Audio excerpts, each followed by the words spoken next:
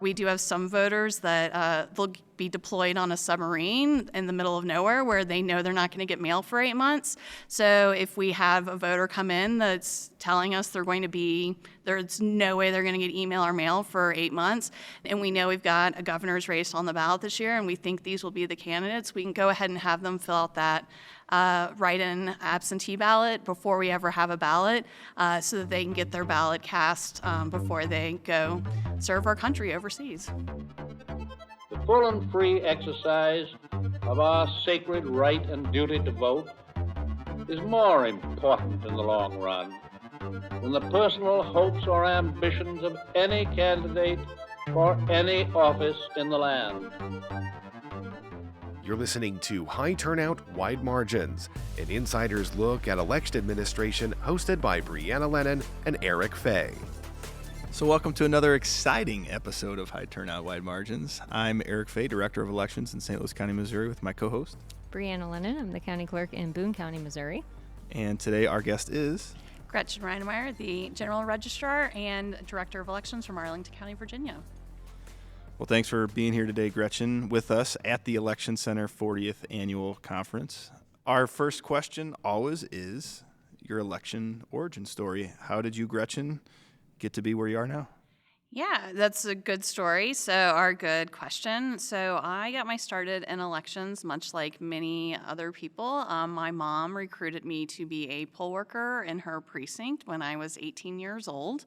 So I'm from Houston, Texas, and they have elections every other day, it feels like, down there. And so our school board always had elections the Saturday before Mother's Day. So if you wanted to see Mom on Mother's Day, then you better work at the elections with her the day before. I first started as a poll worker down there. And then when I was looking for a job in grad school in Arlington, she recommended that I apply with the elections office. So I started there as a temp and then worked my way up to the director position. What drew you into it? Because I think there's plenty of people that really do love being election judges and poll workers and things, and they continue to do that. They do that for years and years, but they don't necessarily make it their career. So what really drew you in? Customer service has always been a priority to me, of really helping people connect with government and make decisions about their life and how they want to be governed.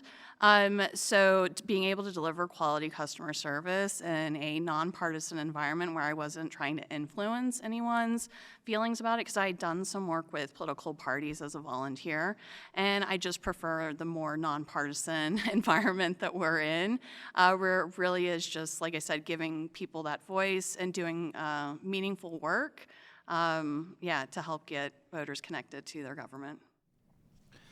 Before we get into other things, can you explain to us, just kind of briefly, the structure of election administration in Virginia?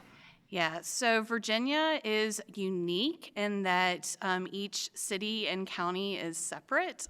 We don't have cities buried within counties like a lot of states do. So in Virginia, we all work for a 3-member electoral board. The makeup of the electoral board reflects the party of the current governor. So right now I have a Republican governor, so every electoral board in Virginia has 2 Republicans and 1 Democrat. This 3-member electoral board in every city and county, they appoint the General Registrar, my position, and then the registrar appoints the staff. At the state level, it's similar. We now have a 5-member state board of elections, and then they don't appoint the commissioner of elections. That's appointed by the governor still. So, in your position in Arlington, how many registered voters do you serve? Yeah, so everyone knows the number of registered voters changes every second of every day, but right now we have around 187,000 total voters. That does include inactive. So, is there an Arlington County and Arlington City? No, there is no Arlington City. Okay, interesting. There's just Arlington County. Yeah, so, and there are no cities in Arlington County? There are no cities as governmental entities within Arlington. We do have an area called Crystal City or Pentagon City, but they are not actual government-run cities with mayors or anything like that. So it is confusing. Yeah. So mentioning the Pentagon and those places, you are very closely situated to Washington, D.C., Yes. immediately adjacent. Yes. You have some very prominent places within your jurisdiction. Does that reality, your geographical position, present any particular challenges or anything special about administering elections in Arlington? So, being a jurisdiction in a large metro environment, and we are in reality a tri-state area, if you will, because we have we have the Maryland, the District of Columbia, and Virginia, and all of us have our own election laws and our own laws, our own schedules, and so. And it's a really crowded media environment. So when it comes to outreach and education about elections, specifically within Arlington, Virginia, it can be very hard to target Arlington voters in such a crowded media environment. Being in Arlington, we do have some unique challenges. As you noted, we have the Pentagon located in Arlington, which is the second largest office building in the world. And every single one of those employees at the Pentagon is eligible to some certain special voting rules for uniformed and military voters from the federal level. So, You brought up UOCAVA, and I would think that education for members that are in Arlington would also be very interesting because they're not necessarily wanting to vote in Virginia. They may be wanting to vote where they consider themselves still to be residents. How have you gone about, I would think that's a pretty large section of your demographic. How have you approached that? And I'm curious if you've gone the route of trying to connect them with their home one or let them know that they could potentially vote in Arlington if they're living there. What's been your approach to that? yeah, so I think one of our priorities is meeting the voter where they're at. So it starts by making sure we understand the federal voting laws surrounding these voters in and out so that we can provide them with as much information so that they can make an informed decision that matches what they want to do. So that does mean having staff trained, specialized, and that attending some of the, because the Army or the military, they do train individuals to help military members know what they need to do to be able to cast their ballot. So we've been lucky enough to be able to attend some of these trainings so that we can be trained right next to the officers that will be helping some of these voters figure out how to cast their ballots. So it's important to make sure voters know their options. And as you know, we have highly transient individuals. And so registering to vote in Virginia can have consequences to taxes that they may not necessarily understand. So like I said, we do make an effort to make sure they understand what they're doing, try to get the ballot from the jurisdiction that they want to get their ballot from, whether that's helping them fill out a federal write-in absentee ballot application or anything like that. What are the UOCAVA ballot delivery laws in Virginia like, and does that make it easier or harder for you to deal with this population? So just some background knowledge, UOCAVA stands for Uniformed and Overseas, Citizens Act. It was passed, it's federal legislation that allows anybody in the military or any U.S. citizens residing overseas. It requires jurisdictions to be able to transmit ballots to them using email, fax, or mail. So there are just special federal regulations around how these voters are classified and treated. Virginia does allow for electronic ballot delivery to UOCAVA voters. We certainly, that stands for email, sorry. So we make an effort to make sure any of our UOCAVA voters understand that getting their ballot via email is the fastest, securest, easiest way to have their ballot delivered to them. Trying to get the mail to an embassy on the other side of the world is not reliable in our experience. But Virginia does require that all ballots be mailed back to us. So at least with, like I said, if you sign up for an email ballot, you can have your ballot emailed to you, but it still has to get in the mail and back to us within 45 days of an election. The fact that they all have to be mailed back do you think that increases the number of FWABs you get as a result? So a FWAB is a federal write-in absentee ballot application. So that is an emergency backup ballot. So what we always instruct voters, but once again, these networks, they have their own information sharing platforms, and so once word gets out that that voters can do a FWAB as a backup, then suddenly we start getting an influx of FWABs from certain parts of the world. The FWAB is an emergency ballot. It is designed for special use cases, and I would never, if somebody hasn't gotten their ballot, then I would encourage them to go ahead and use a FWAB. But what a lot of people do is they'll submit a FWAB when they haven't applied for their ballot yet. And for us, you have to apply for that ballot. You have to have that application in by 10 days before the election. Otherwise, your FWAB's just not going to count because you didn't apply for a ballot. So the FWAB for us, like if you really can't get mail to you or email, then go ahead and fill out the FWAB and mail it to us. And if we do get your ballot back, then we'll accept the FWAB is your backup ballot in that case, if we get both ballots back. But the FWAB is really great we do have some voters that they'll be deployed on a submarine in the middle of nowhere where they know they're not going to get mail for 8 months. So if we have a voter come in that's telling us there's no way they're going to get email or mail for 8 months, and we know we've got a governor's race on the ballot this year and we think these will be the candidates, we can go ahead and have them fill out that write-in absentee ballot before we ever have a ballot so that they can get their ballot cast before they go serve our country overseas.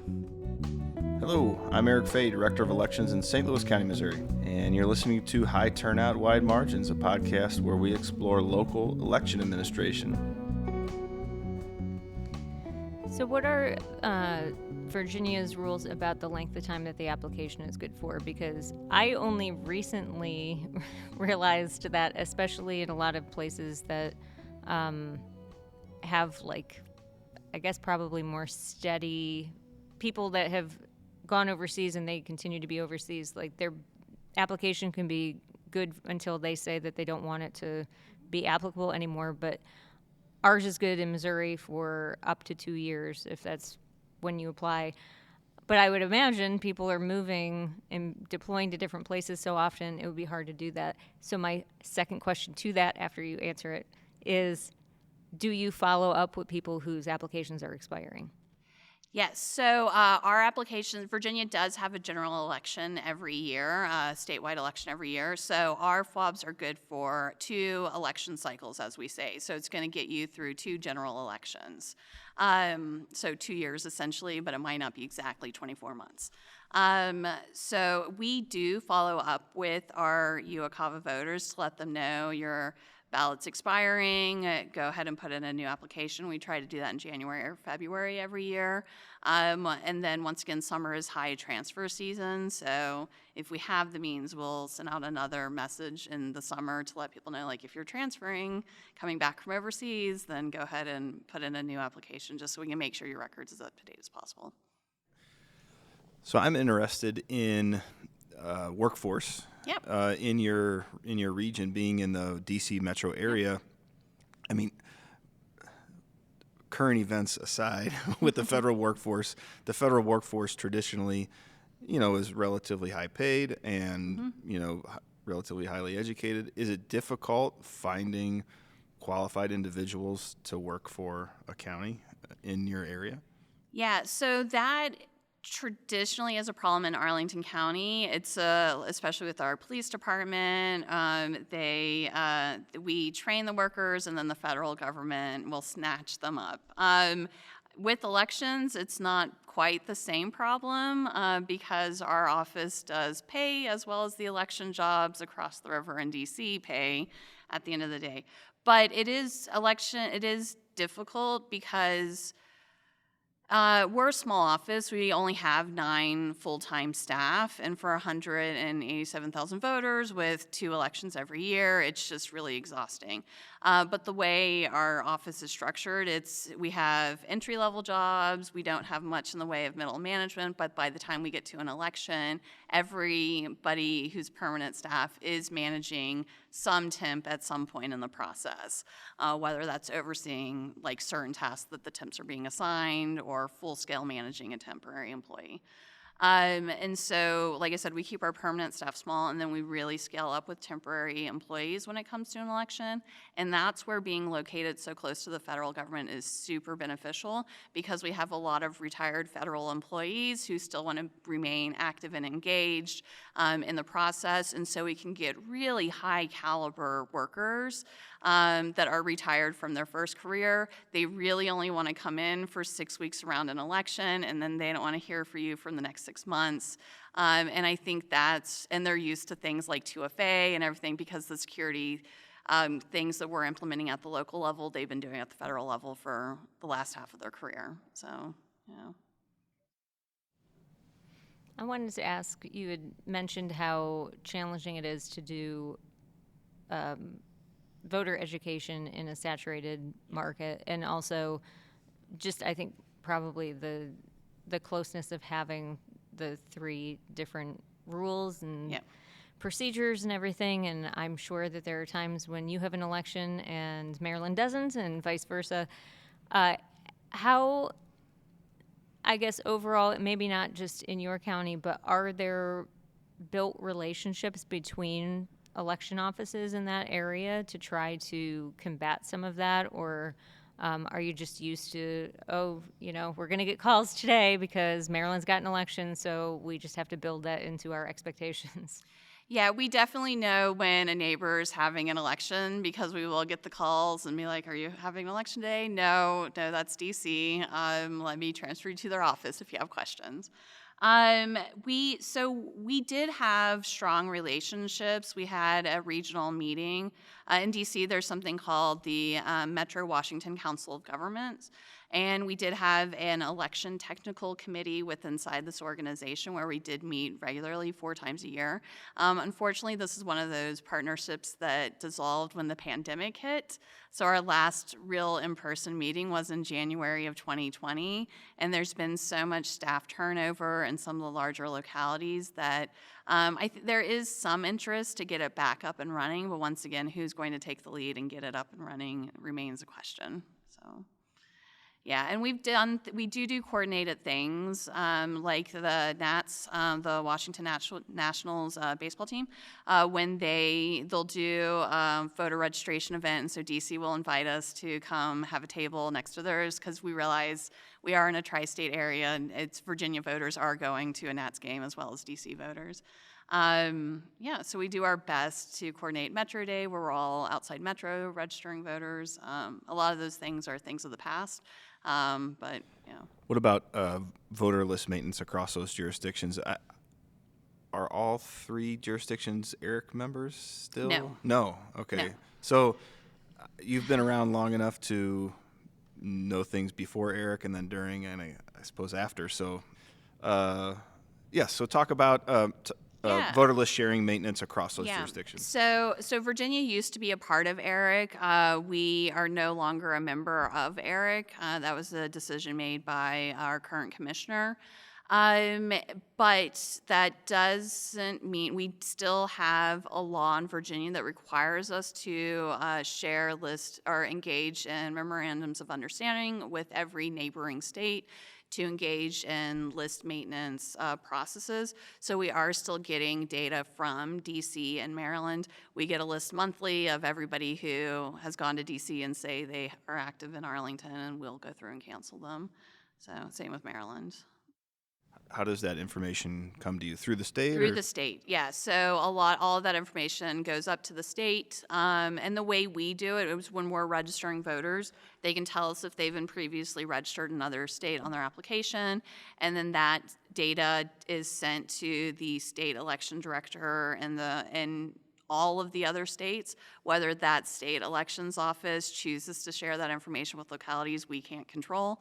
But we certainly in Virginia we share the information that we're getting, and we process the information that we receive. But with that said, I don't know how many states, because all of this is done at the state level. Virginia does have memorandums of understanding to share data in a confidential, secure environment with, I want to say it's more than 20 states now that have, they've just been done independently as opposed to through ERIC. In addition to that, we are also getting driver's license information, so DMV information. When people surrender their license in another state, we will receive information that this person has surrendered their Virginia driver's license when they move to another state. So That's really interesting. I kind of wish we had that. Same-day voter registration, you Yes. said that's a big deal for you. Yeah. What, if any, safeguard is in place to guard against voters from D.C. or Maryland coming over? Yeah, no, that's a really good question. So same-day registration is new in Virginia. We've only been through a few election cycles with it. We don't have any, once again, the election, we only have a 10-day certification window, so we have to get all of those same-day registrations entered, approved, and counted, and reconciled and canvassed within 10 days after the election. Maryland has something like a 30-day certification window, so we are, done, and they're still counting ballots. So with same-day, we don't have great safeguards in place with DC and Maryland, but within Virginia, before we are allowed to accept these ballots, so we have hard deadlines of all of the applications, the registration applications have to be into the system by 3 days after the election, and then the state runs this massive cross-check report so we can see if anybody went to another jurisdiction to do a registration, if they voted in that other jurisdiction at any point, did they vote a mail ballot or in person, and so from that, the electoral board has the information that they need to decide whether to accept or reject the ballot for that same day registered voter. So, yeah, and they do cast it as a provisional ballot, so all of them do have to be adjudicated by the electoral board before they are counted. My understanding in Virginia, the state promulgates some kind of book or regulations you all have to follow, a manual of some sort. I mean, is that a hard edict, like whatever's in that manual you guys have to do? And if so, do you have any input into those kind of regulations? Yeah, so Virginia does have a very long, in addition to our law book, which is also very long, our code section, and it gets thicker every year. And we also have what is called the GREB handbook, General Registrar Electoral Board handbook, or the GREB, as some have started calling it. I do not do the GREB. We still say GREB, but but some are calling it the GREB now.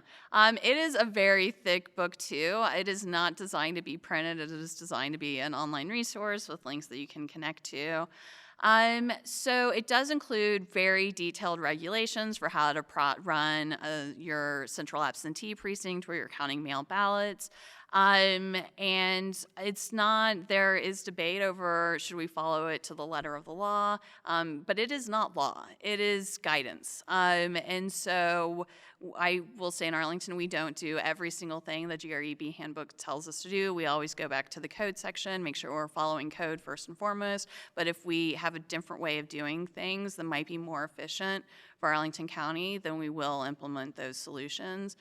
We do not, when I say we don't have any input on the GREB handbook, we aren't consulted on it. There were working groups at some point in time, but if we do recommend improvements or we find a typo or something, they will certainly take those recommendations on board. So, yeah.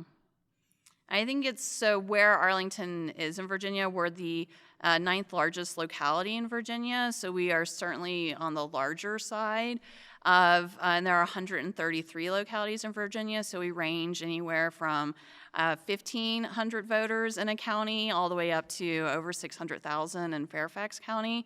So what's going to work for a county with 1,500 voters and what's going to work for a county like us with 187, it's not going to be the same two things. We had more same-day registration voters than I think 20 localities have total voters in their jurisdiction.